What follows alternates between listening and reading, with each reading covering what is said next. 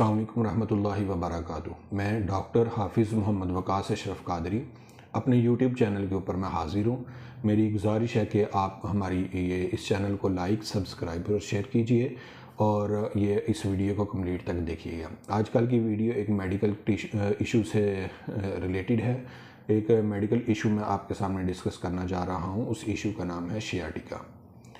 देखें, ये शियाटिका के मतलब मैं आपके सामने एक कंप्रीहेंसिव गुफ्तगू करूँगा और कोशिश करूँगा कि जो आम फहम बातें होती हैं लोगों को इसके बारे में आगाही मैं दे सकूँ। और आपके जहन में जो भी कोई सवाल हो आप उसको कमेंट करें। कमेंट सेक्शन आपकी मलकियत है, आप इसके अंदर कोई भी बात करेंगे तो हम उसका जवाब ज़रूर देंगे। लेकिन वीडियो एंड तक देखिएगा, हमारे चैनल को लाइक, सब्सक्राइब और शेयर कीजिएगा। देखें, शियाटिका क्या है। शियाटिका बुनियादी तौर पर एक दर्द का नाम है। मैं गुफ्तगू को बड़े आसान अल्फाज में समझा रहा हूँ। अल्लाह ताला ने कमर के अंदर जो हमारी सारी रीढ़ की हड्डी है, इसके अंदर अल्लाह रब्बुल आलमीन ने मुख्तलिफ़ सेक्शंस बनाए हुए हैं। जिसमें गर्दन का जो सेक्शन है इसको हम सर्वाइकल कहते हैं, उससे जो नीचे वाला सेक्शन है उसको हम थोरेसिक कहते हैं, जो उससे नीचे वाला सेक्शन है जो कमर के बिल्कुल एंड के अंदर होता है लास्ट पर, इसको हम कहते हैं लंबर। और जिस हड्डी के ऊपर हम बैठते हैं वो सैक्रम और कॉक्सिक होता है, उसको हम ये बोलते हैं। तो जो सेंटर वाला एरिया ना थोरेसिक, ये तकरीबन ये वाला आपको बता रहा हूँ ताकि आपको समझ आ जाए, इसको बोलते हैं लंबर।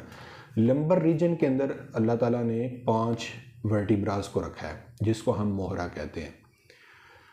ये 5 मोरे जो होते हैं इनके अंदर यानी पूरे मोरों के अंदर नसें होती हैं, डिस्क्स होती हैं जिनको नर्व्स कहते हैं और डिस्क कहते हैं। इसी तरह लंबर के अंदर भी डिस्कें होती हैं। तो जो 5 मोरे होते हैं ना, उनमें से चौथे नंबर का और 5वें नंबर का जो मोरा होता है और नीचे वाला सैक्रम का जो एरिया होता है, पहला और दूसरा मोरा ये बेसिकली फ्यूज़ होता है। लेकिन इधर से L4, L5, S1 हम उसको बोलते हैं और S2 4 ब्रीक सी नाड़ें निकल के एक मोटी अंगूठे जितनी मोटी एक तार बनाती है जिसको हम कहते हैं शियाटिक नर्व। ये शियाटिक नर्व दाईं साइड पर भी जाती है, दाईं टांग में, और लेफ्ट लेग में भी जाती है। दाईं टांग में भी जाती है और बाईं टांग में भी जाती है। अब जब भी पेन होगी या तो वो दाईं साइड पर होगी या वो बाईं साइड पर होगी। इतनी बात समझ आ गई है। ये मैंने आपको नॉर्मल बात बताई है। अब कुछ पेशेंट्स आते हैं, वो कहते हैं डॉक्टर साहब मेरी कमर में बहुत ज़्यादा दर्द होती है और मेरी दाईं टांग के अंदर पेन आती है। तो इसकी बात ये होती है कि इसके मसल के अंदर वीकनेस आई है। जैसे इसके मसल के अंदर वीकनेस आती है तो हमारे मोरों के ऊपर प्रेशर आता है। जब हमारे मोरों के ऊपर प्रेशर आता है तो मोरों के सेंटर में अल्लाह ताला ने डिस्क को रखा हुआ है, ठीक है। यानी जिस तरह एक ईंट है, फिर नीचे दीवार के अंदर दूसरी ईंट है, तीसरी ईंट है, चौथी ईंट है, हर 2 ईंट के दरमियान एक सीमेंट की तह है। बिल्कुल इसी तरह हर 2 मोहरों के दरमियान में एक डिस्क है। तो जब बाहर दीवार से एग्जांपल लें, जब दीवार के प्लस्तर को आप इस तरह कंट्रैक्ट करेंगे तो पक्की बात है कि जो अंदर ईंटें हैं, जो अंदर सीमेंट है या दीवार के अंदर जो केबल्स हैं उनके ऊपर प्रेशर आएगा। इसी तरह जब हमारे मसल्स टाइट होते हैं, जब मसल्स टाइट होंगे तो हमारे जो मोरे हैं, जो वर्टिब्रास हैं, उनके ऊपर प्रेशर आएगा। जब वर्टिब्रा के ऊपर प्रेशर आएगा तो वर्टिब्रा के सेंटर में डिस्क है और डिस्क की बैक साइड पे अल्लाह ताला ने नसों को रखा हुआ जिनको हम नर्व कहते हैं। जब इनके ऊपर प्रेशर आता है तो कमर के अंदर दर्द होती है। अब जब ये प्रेशर बढ़ता जाता है बिलखुसूस L4 और L5 के ऊपर और बाद में वो S1, S2 को भी इन्वॉल्व कर लेती है नर्व, तो ये जब इनके ऊपर प्रेशर बढ़ता है तो टांग के अंदर अगर दाईं साइड के अंदर दर्द आ रही है तो दाईं टांग के अंदर आपको दर्द जाना शुरू हो जाएगी। अगर बाईं साइड के अंदर दर्द आ रही है, बाईं साइड की नसों के ऊपर प्रेशर आ रहा है तो आपकी बाईं टांग के अंदर दर्द आना शुरू हो जाएगी। तो इसको हम कहते हैं शियाटिका, इसको हम कहते हैं शियाटिक पेन, यानी the pain of sciatic nerve is called sciatica. ये मैंने सादा सी बात बताई है आपको। ये शुरू के दिनों में कमर तक होती है, फिर ये हिप के अंदर आती है, फिर ये हैमस्ट्रिंग मसल यानी हिप से थोड़ा सा नीचे आती है और घुटने से ऊपर आती है। जब ये थोड़ी और पुरानी होती है तो घुटने के नीचे भी चले जाती है, टांग के अंदर। और कुछ पेशेंट्स कहते हैं कि डॉक्टर साहब मेरी एड़ी के अंदर भी दर्द आती है, और फिर कहते हैं डॉक्टर साहब मेरी पाँव की उंगलियों में भी पेन आती है। ये बेसिकली शेडिंग है। तो हमारे पास जब पेशेंट आता है तो वो आके सिर्फ ये इतनी कंप्लेन करता है कि डॉक्टर साहब मेरे लक च पीड़ होंगी है तो लत च दर्द जाती है। तो बेसिकली फिर हम उसके लिए एक तो उनका एक्सरे करवाते हैं या एमआरआई करवाते हैं। उसमें हमें पता चल जाता है कि आया क्या इशू आ रहा है, कि पट्ठों का खिंचाव है या किसी नस को दब लगी हुई है, L4 L5 किस लेवल पर मसला है। उसके अलावा हमें कन्फर्मेटरी टेस्ट होते हैं फिज़िकल एग्जामिनेशन में जो फिजियोथेरेपिस्ट करता है। वो SLR से भी पता चल जाता है, यानी टांग पेशेंट को लटा के तो उसको कहता है टांग खड़ी करो। तो जब वो टांग खड़ी करता है तो उसको भी पेन आ जाती है, हमें पता चलता है इसको शार्टिक पेन है।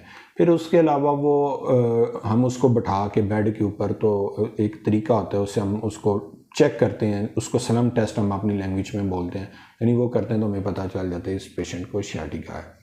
ये आपको मैंने इसका इंट्रोडक्शन दे दिया है। अब इसका ट्रीटमेंट क्या है? जब पेशेंट आता है हम उसको एक्सरे या एमआरआई करवाते हैं। ट्रीटमेंट के लिए हम उसको मेडिसिन में हम मस्कुलर रिलैक्सेंट्स देते हैं, पेन किलर देते हैं, मल्टीविटामिन्स देते हैं, और उसके अलावा अगर विटामिन डी कैल्शियम अगर ये बनते हों तो साथ हम उसको ये भी देते हैं। फिर उसका फिजियोथेरेपी में हम उसका treatment ultrasound, heating pad, TENS, EMS, ये इलेक्ट्रोथेरेपी में करते हैं। मैनुअल थेरेपी के अंदर हम उसको टिश्यूज़ को सॉफ्ट करते हैं, मसल्स को रिलैक्स करते हैं, और जो हमारी हिप जॉइंट होता है ये भी अक्सर शार्टिक पेशेंट्स के अंदर टाइट हो चुका था, हम इसको सॉफ्ट करते हैं।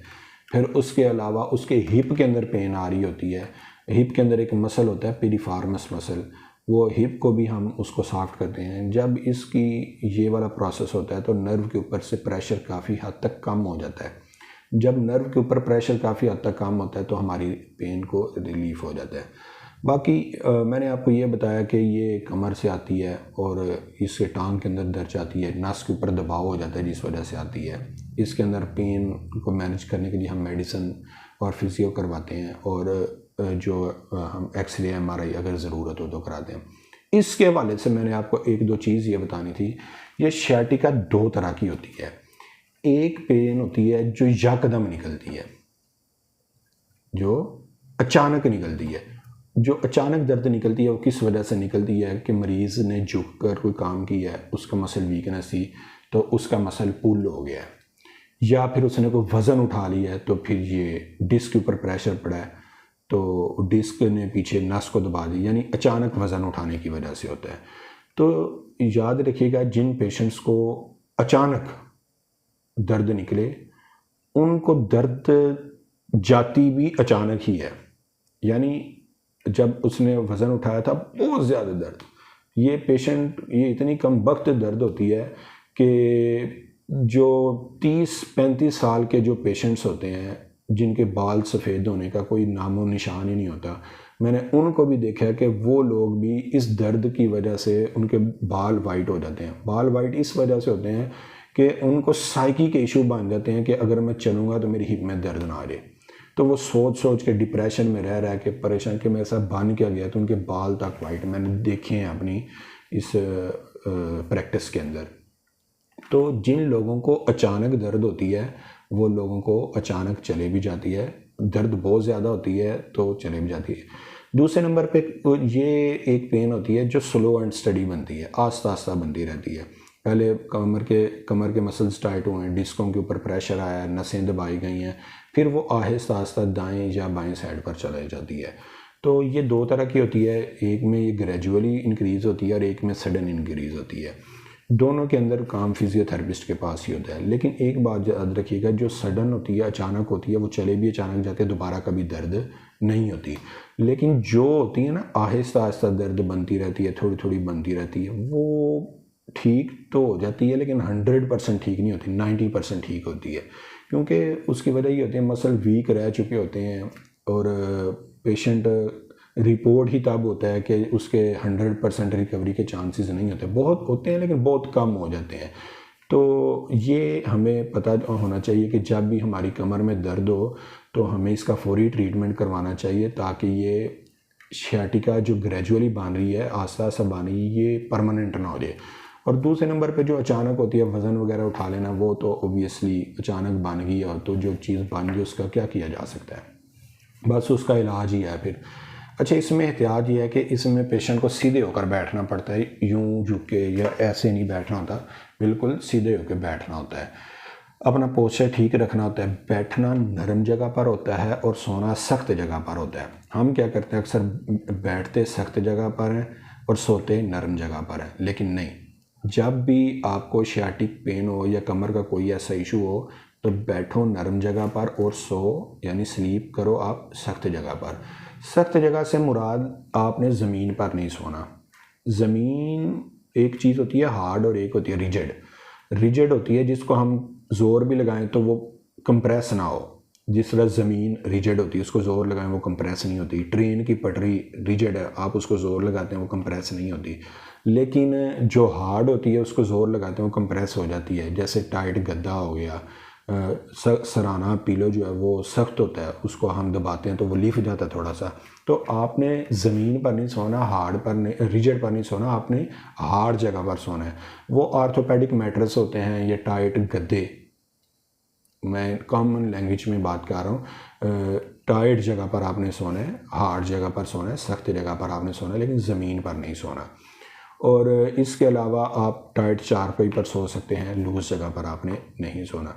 ये इसमें सियाटिका में एहतियात होती है। क्या, एक बेल्ट लगा के रखना है, सख्त जगह पर सोना है और नरम जगह पर बैठना है। कोशिश करें कि आप ज़मीन पर रफ़ा हाजत के लिए ना बैठें, कमोड या किसी चेयर के ऊपर आप रफ़ा हाजत के लिए बैठें। आप अपनी सीढ़ियाँ कम से कम चढ़ें। बाज़ लोग ऐसे मजबूरी होती है कि वो छत के ऊपर उनकी रिहाइश होती है, तो वो दिन में एक या दो दफ़ा, एक दफ़ा मैक्सिमम वो आ जा वो सकते हैं। बार बार आए जाएंगे तो जैसे ही वो कदम उठाएंगे उनकी नस के अंदर जो है ना वो पेन आ जाएगी। तो ये इसमें एहतियात होती है। फिर इसके अंदर ज़्यादा चलना नहीं होता, आपने चलने से अवॉइड करना, जितना आप रेस्ट करेंगे ठीक हो। इसका जो ठीक होने का टाइम होता है, अगर आप इलाज करवाते हैं तो 1.5 से 3 माह लग जाते हैं, यानी 6 से 12 हफ्ते इसकी मुकम्मल रिकवरी के अंदर होते हैं। इसमें आपने खाने पीने में एहतियात क्या करनी होती है, आपने ठंडी चीज़ें, जामी, शीरी, लस्सी, स्कंजवी, बोतल, फास्ट फूड, इन चीज़ों से अवॉइड करना होता है। और क्या ही बेहतर हो कि अगर आप चावलों से, बड़े गोश्त से और मीठी चीज़ों से भी आप अवॉइड करें। ये चीज़ें भी मसल के अंदर पेन काज करती हैं। आप इसमें बॉयल एग ले सकते हैं, यखनी पी सकते हैं, छोटे गोश्त की फ़िश खा सकते हैं, आप ये काम कर सकते हैं। तो ये मैंने आपको बताया है कि आप ये सियाटिका होता क्या है, इसको डायग्नोस कैसे करते हैं, एक्सरे एमआरआई से बताया मैंने आपको, इसकी मेडिसिन का बताया, इसकी आपको मैंने फिज़ियोथेरेपी ट्रीटमेंट का बताया, और मैंने आपको इसकी मैनुअल थेरेपी का बताया। मैनुअल थेरेपी में ये होता है कि टिश्यूज़ को सॉफ्ट करते हैं, मोबिलाइजेशन, मैनिपुलेशन वो आपका फिज़ियोथेरेपिस्ट कर देगा।